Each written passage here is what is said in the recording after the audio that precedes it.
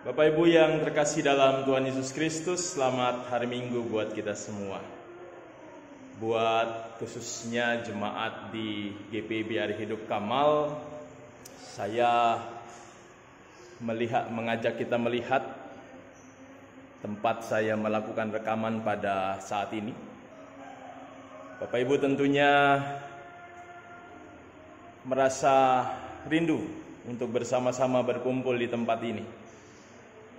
Sama dengan saya yang juga rindu bersama-sama, kita bisa berkumpul kembali, kita bisa bersama-sama beribadah kembali. Dan hari ini sengaja saya datang ke tempat ini. Saya mengajak kita semua merenungkan firman Tuhan lewat tempat ini. Tempat biasanya kita bersama-sama berkumpul, bersama beribadah, memuji dan memuliakan nama Tuhan. Sebelum kita bersama-sama merenungkan firman Tuhan, mari kita bersatu dalam doa. Tuhan Bapa dalam surga, terima kasih untuk kesempatan kami boleh kembali berkumpul bersama-sama dengan keluarga kami untuk melaksanakan ibadah, memuji dan memuliakan nama Tuhan. Ini tanda bahwa kami semua merasakan penyertaan Tuhan. Kami semua merasakan kasih Tuhan, khususnya sepanjang minggu yang sudah kami lewati. Dan saat ini kami datang bersama-sama untuk memuji, memuliakan nama Tuhan, sekaligus juga memohon Tuhan memberkati kami kembali melalui firman Tuhan yang akan kami baca dan renungkan bersama-sama. Tolonglah kami ya Tuhan, kuasai hati dan pikiran kami dengan kuasa Roh Kudus, agar kami mampu bukan hanya untuk mendengarkan, tapi juga merenungkan dan terlebih lagi melakukan firman-Mu dalam kehidupan kami. Berfirmanlah Tuhan, kami siap mendengarkannya. Amin. Bapak Ibu Saudara yang dikasihi Tuhan, pembacaan Alkitab dalam ibadah hari Minggu ini sesuai dengan sabda Guna Krida diambil dari surat Korintus yang pertama. 1 Korintus pasal 11 ayat 17 sampai ayat yang ke-23. Saya akan bacakan buat kita semua. Firman Tuhan di dalam 1 Korintus pasal 11 ayat 17 sampai 23 menyatakan, dalam peraturan-peraturan yang berikut aku tidak dapat memuji kamu, sebab pertemuan-pertemuanmu tidak mendatangkan kebaikan, tetapi mendatangkan keburukan. Sebab pertama-tama aku mendengar bahwa apabila kamu berkumpul sebagai jemaat, ada perpecahan di antara kamu. Dan hal itu sedikit banyak aku percaya. Sebab di antara kamu harus ada perpecahan supaya nyata nanti siapakah di antara kamu yang tahan uji. Apabila kamu berkumpul, kamu bukanlah berkumpul untuk makan perjamuan Tuhan.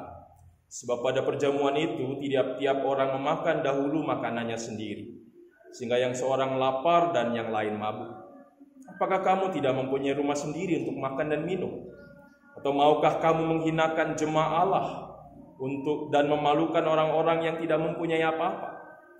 Apakah yang kukatakan kepada kamu? Memuji kamu? Dalam hal ini aku tidak memuji. Sebab apa yang telah kuteruskan kepadamu telah aku terima dari Tuhan, yaitu bahwa Tuhan Yesus pada malam waktu Ia diserahkan mengambil roti. Demikianlah pembacaan Alkitab. Yang berbahagia mereka yang senantiasa memelihara firman Tuhan dalam setiap langkah hidupnya. Terpujilah Yesus Kristus, haleluya. Bapak Ibu Saudara yang dikasihi Tuhan, biasanya bagian perikop bacaan yang jadi dasar renungan kita pada saat ini digunakan di dalam masa-masa atau di dalam minggu-minggu di mana kita melaksanakan perjamuan kudus. Ayat-ayat yang seterusnya dalam pasal yang ke-11 ini menyampaikan bagaimana seharusnya perjamuan kudus itu dilakukan. Ini biasanya dilakukan oleh kita gunakan bersama-sama sebagai gereja. Namun ternyata kita hari ini akan belajar pesan yang berbeda dari biasanya.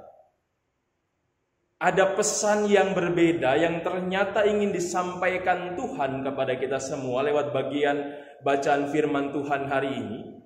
Dan itu semua yang akan kita renungkan bersama-sama. Nah, Bapak Ibu, saudara-saudara yang dikasihi Tuhan, perikop bacaan kita berbicara tentang sebuah tradisi orang Israel. yaitu jamuan kasih. Nah, buat kita orang GPIB khususnya, yang namanya jamuan kasih khususnya melengkapi atau setelah atau di dalam sebuah persekutuan ibadah, itu bukan hal yang asing.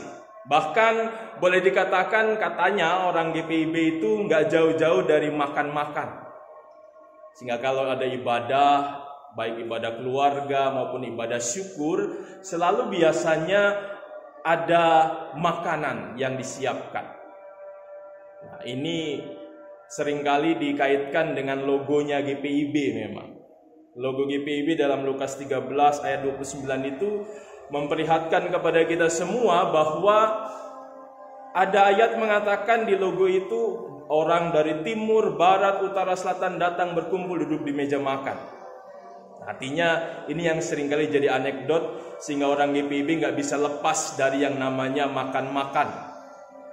Nah, Bapak Ibu Saudara, hal ini dalam kehidupan bergereja khususnya di GPIB terkadang jadi persoalan tersendiri. Kenapa saya katakan begitu? Karena gara-gara makanan, gara-gara konsumsi, kadang-kadang ada keluarga-keluarga yang tidak mau menerima untuk melaksanakan ibadah di rumahnya. Dengan alasan saya tidak bisa menyiapkan makanan. Apalagi kalau ada keluarga yang dibandingkan. Kalau keluarga A bisa menyiapkan begitu banyak makanan, saya tidak bisa.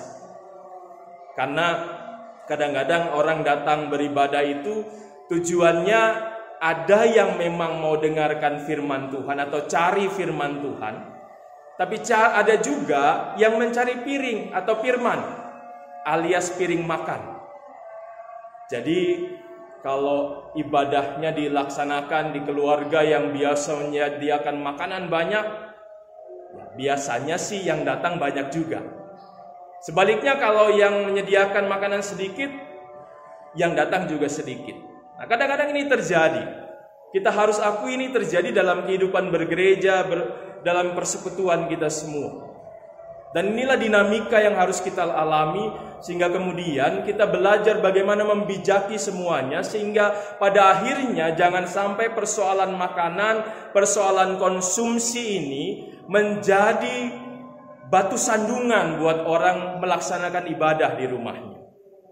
Nah, kembali kepada tradisi jamuan makan yang saat ini juga kita lakukan bersama-sama. Ternyata kita lihat bersama-sama dalam kehidupan orang-orang Yahudi dan juga kemudian dalam kehidupan orang-orang Kristen mula-mula, kebiasaan jamuan kasih atau makan bersama ini adalah sebuah kebiasaan yang juga dilakukan oleh orang-orang Yahudi dan jemaat mula-mula pada saat itu. Saya ambil contoh dalam Kisah Para Rasul, dikatakan bagaimana orang-orang di jemaat mula-mula biasa berkumpul bersama-sama, kemudian mereka berbagi makanan di sana.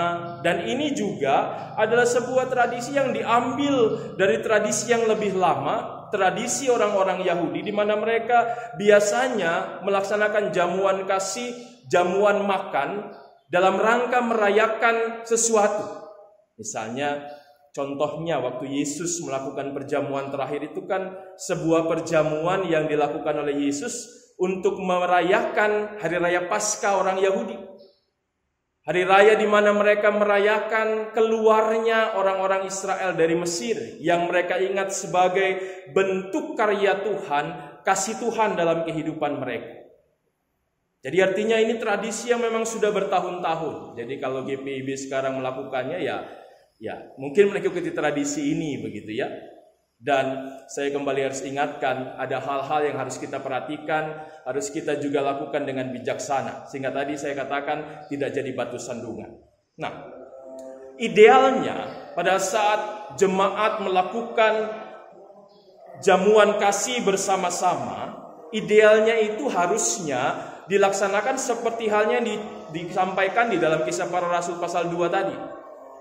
Apa yang dikatakan di sana bahwa pada saat melaksanakan perjamuan bersama-sama, jamuan kasih, jamuan makan bersama-sama, orang-orang yang ada di sana semua berbagi.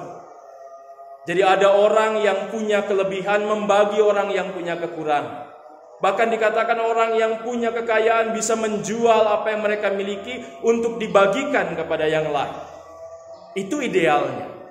Tapi ternyata situasi yang terjadi di jemaat Korintus tidak seperti itu. Tidak ideal. Yang terjadi adalah apa yang diceritakan oleh Rasul Paulus dalam pasal 11 ini, yang jadi bahan bacaan kita, dasar renungan kita pada saat ini. Yang terjadi di sana pada saat ada perjamuan bersama-sama, tidak ada rasa untuk berbagi itu.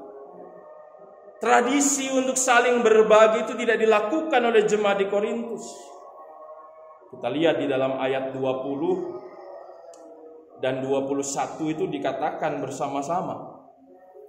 Rasul Paulus mengingatkan kepada mereka yang terjadi adalah pada saat orang-orang jemaat di Korintus melaksanakan jamuan, dalam ayat 21 dikatakan, sebab pada perjamuan itu tiap-tiap orang memakan dahulu makanannya sendiri, sehingga yang seorang lapar dan yang lain mabuk. Artinya dari ayat ini mau dikatakan kepada kita semua, yang terjadi di tengah-tengah jemaat di Korintus adalah ada orang yang bisa makan, bisa kenyang, tetapi ada orang lain yang lapar, bahkan ada orang lain yang ada dalam kemabukan. Jadi bukan situasi yang ideal. Dan ini membuktikan bahwa mereka tidak berbagi satu dengan yang lain. Yang terjadi adalah mereka hanya memikirkan diri mereka sendiri. Hal yang mungkin juga terjadi adalah apa yang juga dikatakan Rasul Paulus, yang membuat mereka melakukan ini adalah persoalan yang hari Minggu lalu diceritakan kepada kita semua tentang perpecahan di antara mereka. Hal ini mungkin juga yang melatar belakangi orang-orang atau jemaat-jemaat di Korintus tidak berbagi satu dengan yang lain. Mereka akhirnya memikirkan diri mereka sendiri, atau mungkin mereka memikirkan kelompok mereka sendiri, tidak memikirkan yang lain, sehingga kemudian ini memperuncing persoalan, perpecahan di antara mereka. Jadi kita lihat ada korelasi, ada hubungan di antara perpecahan persoalan itu dengan pada akhirnya dengan semua lini, semua aspek kehidupan orang-orang atau jemaat di Korintus pada saat itu. Jadi mereka melihat bagaimana pada saat itu orang-orang di Korintus tidak melaksanakan kehidupan mereka. Orang-orang di Korintus tidak melaksanakan kehidupan persekutuan yang ideal di antara mereka. Yang terjadi mereka memikirkan diri mereka sendiri. Yang terjadi bahkan kalau kita lihat di dalam ayat yang ke-22, ada kesan, ada sebagian orang yang berusaha mempermalukan orang lain. Jadi ada orang yang mempunyai banyak makanan, mempunyai banyak harta mungkin. Ada kesan mereka mempermalukan orang yang gak punya apa-apa. Saya jadi ingat kalau situasi begitu, jadi ingat sebuah peribahasa atau sebuah ungkapan mengatakan, susah lihat orang senang, senang lihat orang susah. Kadang-kadang ini juga terjadi. Mungkin ini juga yang dialami atau juga dilakukan oleh sebagian jemaat di Korintus waktu itu. Mereka pakai prinsip itu, mereka pakai ungkapan itu, bahwa ada orang yang senang kalau lihat orang susah. Sebaliknya, susah kalau lihat orang senang. Kadang-kadang ini pun terjadi dalam hidup kita sekarang. Bagaimana kita juga kadang-kadang melakukan hal yang seperti itu. Karena kita hanya berpikir untuk diri kita sendiri. Kita gak mikirkan orang lain. Sehingga akhirnya kita pun menjadi pribadi-pribadi yang melakukan hal seperti itu. Nah, Bapak Ibu Saudara yang terkasih dalam Tuhan Yesus Kristus, hari ini firman Tuhan mengingatkan kepada kita pesan penting. Penting dalam situasi seperti ini, seperti yang kita hadapi bersama-sama pada saat ini. Bahwa yang pertama, Tuhan mengingatkan kita, jangan hanya memikirkan diri kita sendiri. Jangan hanya memikirkan kepentingan kita sendiri atau kelompok kita sendiri, atau mungkin gereja kita sendiri, atau mungkin agama kita sendiri. tapi pikirkan juga orang lain di sekitar kita. Bahkan Rasul Paulus di dalam suratnya yang lain, surat kepada jemaat di Filipi, khususnya di pasal 2 itu mengatakan, anggaplah orang lain itu lebih utama daripada diri kita sendiri. Jadi kita diingatkan dalam situasi seperti ini, mungkin memang kita sedang ada dalam keadaan susah. Tapi jangan pernah hal itu menghalangi kita juga untuk memperhatikan yang lain. Ingat bahwa Tuhan Yesus mengajarkan kita hukum yang terutama adalah hukum kasih. Mengasihi Tuhan dan mengasihi sesama kita seperti diri kita sendiri. Tuhan mengajar kita untuk juga mengungkapkan kasih kita bukan hanya buat Tuhan tapi juga buat sesama. Rasul Paulus bahkan dengan tegas, kalau orang mengatakan dia mengasihi Tuhan tapi nggak bisa mengasihi saudaranya, itu dia pendusta. Jadi hari ini Tuhan ingatkan kepada kita, di tengah-tengah kesusahan kita masing-masing, di tengah-tengah pergumulan tantangan kita masing-masing, jangan berhenti untuk memperhatikan orang lain. Jangan berhenti untuk juga peduli kepada orang lain. Jangan berhenti juga untuk menolong orang lain yang lebih membutuhkan daripada kita. Ada orang yang lebih susah dari kita semua. Jadi ini pesan yang kedua buat kita, bahwa di sekitar kita ini ada banyak orang yang lebih susah nasibnya daripada kita. Kalau dalam ungkapan, jangan suka hanya melihat ke atas, tapi lihat juga ke bawah. Kita akan melihat ternyata di tengah-tengah kita menderita, di tengah-tengah kita susah, di tengah-tengah kita bergumul, ada orang-orang yang lebih susah. Ada keluarga-keluarga yang susah, hanya untuk makan saja susah, tidak punya tempat tinggal. Apalagi pada saat ini, dalam situasi seperti ini kadang-kadang ada orang-orang yang hanya berpikir dirinya sendiri sehingga kemudian memborong semua bahan makanan, tidak berpikir buat yang lain. Bersyukurnya kalau saat ini ada begitu banyak gereja yang ataupun juga pribadi-pribadi umat-umat Tuhan yang menyatakan kasih Tuhan, menolong sesama, membantu sesama. Dan itu yang harus kita teruskan dalam kehidupan kita. Bagaimana kita sebagai gereja yang diutus ke dalam dunia ini, diingatkan Tuhan, di tengah-tengah situasi yang penuh dengan tantangan pergumulan ini, gereja harus tetap melaksanakan panggilan dan pengutusannya untuk melayani dan juga bersaksi. Bukan hanya buat jemaatnya, tapi juga buat masyarakat yang ada di sekelilingnya. Buat orang-orang yang ada di sekitarnya. Orang-orang yang mungkin membutuhkan pertolongan kita semua. Dan mari kita lanjutkan itu dalam kehidupan kita semua. Mari kita bersama-sama bergandeng tangan, bersatu, tidak lagi memikirkan diri sendiri, tidak lagi memikirkan kelompok kita sendiri atau gereja atau agama kita sendiri, tapi bersama-sama bergandeng tangan, bersatu kita melakukan perbuatan-perbuatan yang menyatakan kasih Tuhan. Udah gak zamannya lagi kita hanya sibuk dengan urusan kita di dalam. Sudah tidak zamannya lagi kita hanya kemudian menonjolkan diri kita, menonjolkan gereja kita. Ini waktunya kita bersama-sama membangun relasi, membangun silaturahmi, membangun kerjasama dengan sebanyak-banyaknya orang di sekitar kita. Sehingga apa yang kita lakukan juga bisa berdampak yang lebih besar buat orang-orang di sekeliling kita. Mari bersama Bapak Ibu Saudara, kita ingat firman Tuhan hari ini. Jangan pikirkan diri sendiri. Mari bersama-sama kita memikirkan orang lain, menopang orang lain di sekitar kita. Kita mulai dari tetangga-tetangga di kanan kiri kita. Mungkin mereka membutuhkan beras. Mungkin mereka membutuhkan bantuan buat anak-anak mereka tidak punya pulsa buat belajar online. Saatnya kita menopang mereka. Di tengah-tengah kesusahan kita belajar bahwa memberi bukan hanya saat kita berlebihan, tapi memberi adalah sebuah tindakan yang didasari kasih Tuhan dan dilakukan dalam kondisi dan situasi apapun. Karena firman Tuhan mengatakan, adalah lebih berbahagia memberi daripada menerima. Amin. Mari kita berdoa. Kami mengucap syukur kepadamu Tuhan, hari ini Tuhan mengingatkan kami semua untuk kami tidak memikirkan diri kami sendiri, tapi memikirkan orang lain di sekitar kami yang mungkin kondisinya lebih susah daripada kami.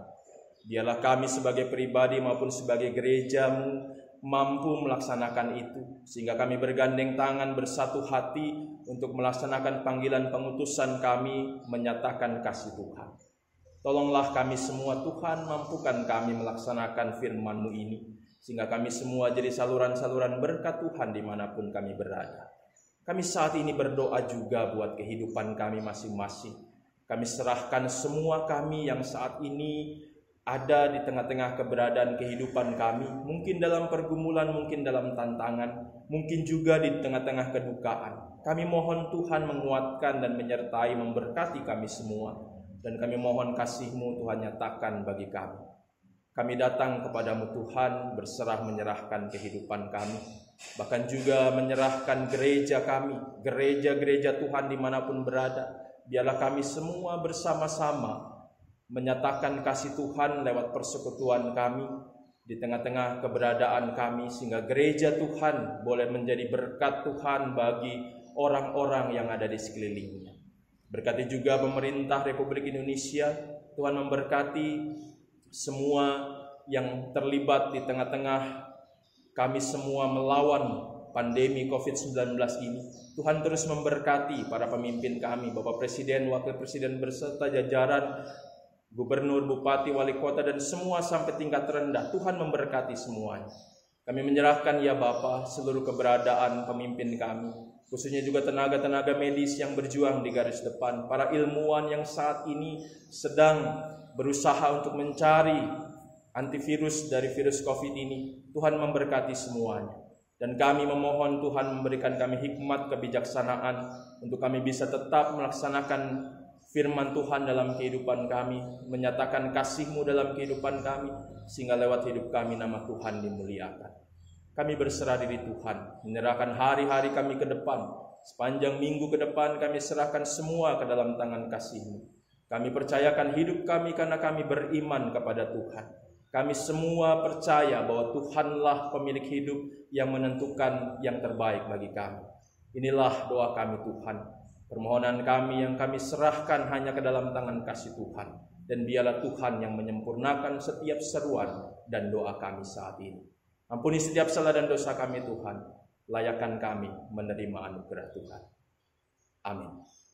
Selamat hari Minggu, Tuhan memberkati kita semua.